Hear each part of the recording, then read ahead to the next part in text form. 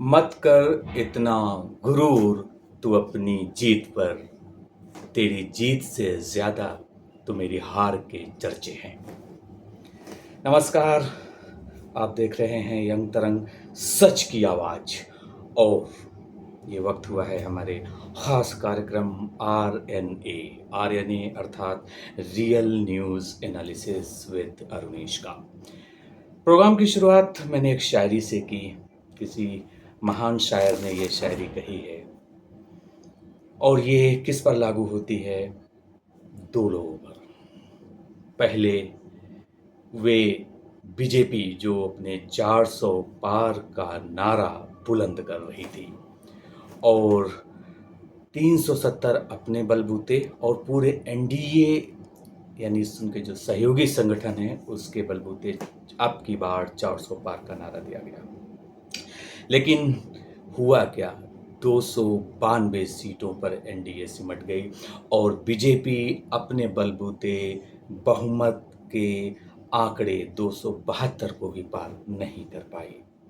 इसलिए बीजेपी की इस हार के चर्चे कांग्रेस के शतक यानी लगभग 99 सीटें उन्होंने जीत ली हैं, लगभग हम उनको एक शतक मान लेते हैं, तो लंबे समय बाद कांग्रेस ने शतक बनाया है।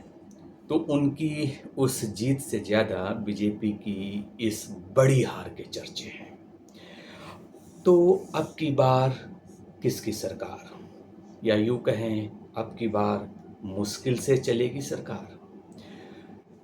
इसका हम अपने इस कार्यक्रम आरएनए यानी रियल न्यूज़ एनालिसिस में बताएंगे। दरअसल दूसरा जो मैं आपको बता रहा था कि दूसरी जो बड़ी बात है इस परिणाम की, या वो जो शायरी है कि तेरी जीत से ज़्यादा मेरी हार के चर्चे हैं, तो उसी तरीके से एग्जैक्ट पोल से ज़्यादा एग्जिट पोल के चर्चे हैं। एग्जिट पोल के फेल होने के चर्चे हैं। जी हाँ, पहली बार शायद लंबे समय के बाद ऐसा हुआ है कि किसी भी टीवी चैनल का, किसी भी रिसर्च एजेंसी का सर्वे सटीक नहीं पहुंचा। सब ने लगभग ये तो कहा कि 400 का आंकड़ा बीजेपी या एनडीए नहीं छू पाएगी, लेकिन 300 साढ़े 300 से के आसपास सारे जो एग्जिट पोल थे वो बीजेपी को सीट दे रहे थे। लेकिन हुआ इसका उल्टा। वहीं एग्जिट पोल के फेल होने की चर्चा भी जरूर होनी चाहिए। अब बात वो करते हैं जो कि हमने कहा कि अब की बार मुश्किल से चलेगी सरकार। और क्यों मुश्किल से चलेगी? क्योंकि पहली बार ऐसा हुआ है कि 2014 और 2019 में मोदी मैजिक नहीं चला, या यूं कह लें उतने अच्छे स्तर का नहीं चला। पिछली बार 303 सीटें बीजेपी लेके आई थी और इस बार महज 240 में सिमट गई। तो पहला एनालिसिस यही करते हैं कि आखिरकार बीजेपी की ऐसी हालत क्यों हुई, और इसके लिए जो बड़े कई कारण हैं, लेकिन उनमें से 2 या 3 कारण मैं बताना चाहूँगा। तो उसमें से पहला बड़ा कारण है अति आत्मविश्वास का शिकार। दरअसल लगातार 2 कार्यकाल मिलने के बाद बीजेपी, खास तौर पर पीएम मोदी को ये लगने लगा कि वे सब कुछ हैं।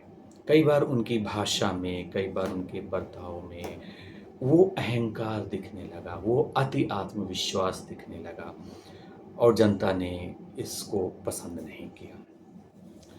दूसरी बात ये भी है कि यूपी ने सबसे बड़ा धोखा बीजेपी को दिया। जी हाँ, यूपी में सबसे बड़ी पार्टी एक बार फिर समाजवादी पार्टी बनकर सामने आई और पिछली बार 2019 में बीजेपी ने 62 यानी 62 सीटें जीती थी और इस बार 33 से 34 सीटों पर रह गई, आधे से भी ज़्यादा कम। अगर यही सीटें यूपी को मिल जाती तो बीजेपी कम से कम बहुमत के आंकड़े 272 को तो जरूर छू लेती। अब सवाल है कि यूपी में ऐसा क्यों हुआ? हर बार पीएम अपनी चुनावी रैलियों में यूपी के 2 लड़कों पर सवाल उठाते रहते थे, कटाक्ष करते रहते थे। लेकिन इस बार उन दो लड़कों ने सफलता की नई इबारत ले दी है। बात राहुल गांधी और अखिलेश यादव की कर रहा हूँ। राहुल गांधी काफ़ी लाखों वोटों से, लगभग 2 लाख से ज़्यादा वोटों से वो वायनाड से भी जीते, तो इधर यूपी से भी जीते हैं।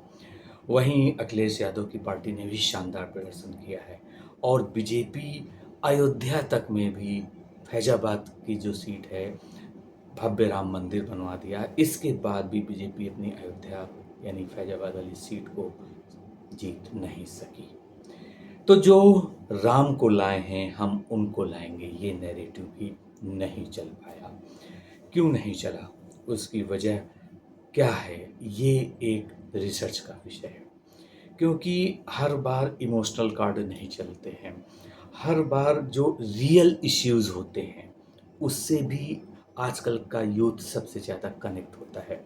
जैसे राम मंदिर बन गया, एक हमारा धार्मिक, भावनात्मक, आध्यात्मिक, या आप इसे इस नज़र से देखिए कि एक 500 साल पुराना एक मुद्दा था, जिस मुद्दे का समाधान हो गया और इसका क्रेडिट भले ही बीजेपी ले, लेकिन अब ये मुद्दा समाप्त हो चुका है। तो अब अगर इस मुद्दे को उठा करके बार बार आप ये मैसेज देने की कोशिश करेंगे कि ये सिर्फ मेरी वजह से हुआ, तो जनता उससे ऊब जाती है। इसके बजाय जनता, खासतौर पर यूथ, बेरोज़गारी पर ज़्यादा फोकस करता है। उसको ये लगता है कि मैंने इतनी मेहनत से 2 साल पढ़ाई की और मैंने यूपी पुलिस का एग्ज़ाम दिया और पेपर लीक हो गया। ये जो रियल इश्यूज़ हैं, मुद्दे हैं, ये यूथ के दिल को ज़्यादा कनेक्ट करते हैं और इसके लिए वे ज़िम्मेदार सरकार को ही मानते हैं, सिस्टम को ही ज़िम्मेदार मानते हैं। ये सच है कि यूपी में योगी जी मुख्यमंत्री हैं। अब ये भी एक बड़ा सवाल है कि क्या इस तरह के परिणाम आने के बाद बीजेपी का हाईकमान उनको सीएम पद पर रहने देगा या हटा देगा। जैसा कि एमपी में इतना अच्छा प्रदर्शन किया था जब वहाँ की विधानसभा के चुनाव हुए थे, और इस बार लोकसभा के चुनाव में भी क्लीन स्वीप सारी सीटें बीजेपी जीती है। लेकिन पिछली बार जब विधानसभा सीट में अच्छी परफॉर्मेंस थी, इसके बाद भी उनको सीएम पद से हटा दिया गया। तो क्या यूपी में ऐसा होगा? आने वाला वक्त ये बताएगा। इसके अलावा एक बड़ा सवाल ये भी है कि बीएसपी यानी बहुजन समाजवादी पार्टी, जिसका एक ज़माने में यूपी में बड़ा मजबूत जनाधार था, मायावती यूपी की कई बार मुख्यमंत्री भी बनी रहीं, उनकी पार्टी किसी भी गठबंधन के साथ में नहीं थी। अपने बलबूते उन्होंने इस बार चुनाव लड़ा, 40 सीटों पर चुनाव लड़ा, लेकिन एक भी सीट वो नहीं जीत पाई। तो बहुजन समाजवादी पार्टी के सामने, मायावती के सामने सबसे बड़ा अस्तित्व अब खुद को बचाने का है, पार्टी को संभालने का है, अन्यथा ये पार्टी इतिहास के पन्नों में दफन हो जाएगी। और अब मुख्य सवाल, जिसका जवाब तलाशने की कोशिश करते हैं कि अब की बार किसकी सरकार, और क्या अब की बार मुश्किल में रहेगी सरकार। तो देखिए, आंकड़े तो यही कहते हैं कि पूरी तरह से बीजेपी को भले ही नहीं बहुमत की सीटें मिली हों, लेकिन एनडीए को 292 सीटें मिली हैं, बहुमत से बहुत ज़्यादा हैं, इसलिए उनको सरकार बनाने का मौका मिलेगा। और 17वीं लोकसभा को भंग करने की सिफारिश की गई थी, जिसे राष्ट्रपति द्रौपदी मुर्मू ने मान लिया है, और अब 18वीं लोकसभा का जो एक औपचारिक कार्यक्रम है उसका ऐलान किया जाएगा। 1 या 2 दिन में एनडीए शपथ ग्रहण समारोह होगा। लेकिन यहाँ पर 2 पेच हैं। पहला पेच ये है कि क्या एनडीए के 2 बड़े जो घटक दल हैं, नीतीश कुमार और चंद्रबाबू नायडू, इनकी पार्टी विश्वास पात्र है, पूरे आने वाले 5 सालों तक विश्वास के साथ, मजबूती के साथ मोदी जी के साथ खड़ी रहेगी, या बीच में डामाडोल स्थिति हो सकती है। तो अगर ऐसी हुई तो गठबंधन सरकार की जो मुश्किलें वाजपेयी जी ने फेस किया था, वो मोदी जी को भी करनी पड़ सकती है।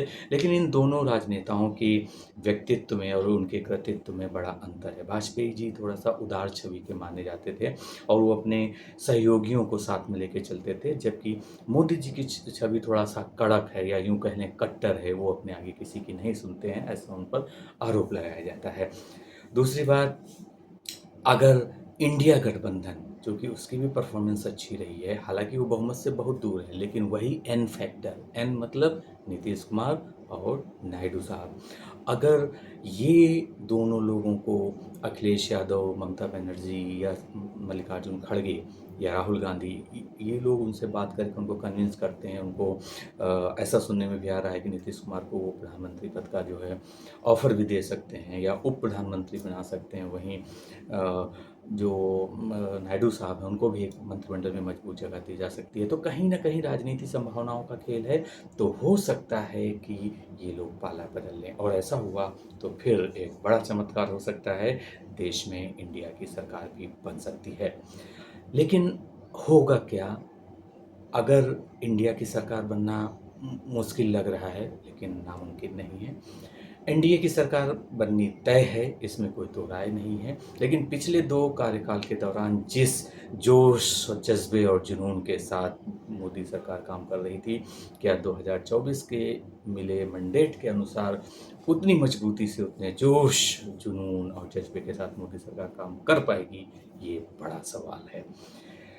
आपको क्या लगता है? इस पर अपने विचार कमेंट बॉक्स में दीजिए। साथ ही हमारे चैनल को लाइक, शेयर और सब्सक्राइब कीजिए और देखते रहिए यंग तरंग, सच की आवाज़। नमस्कार।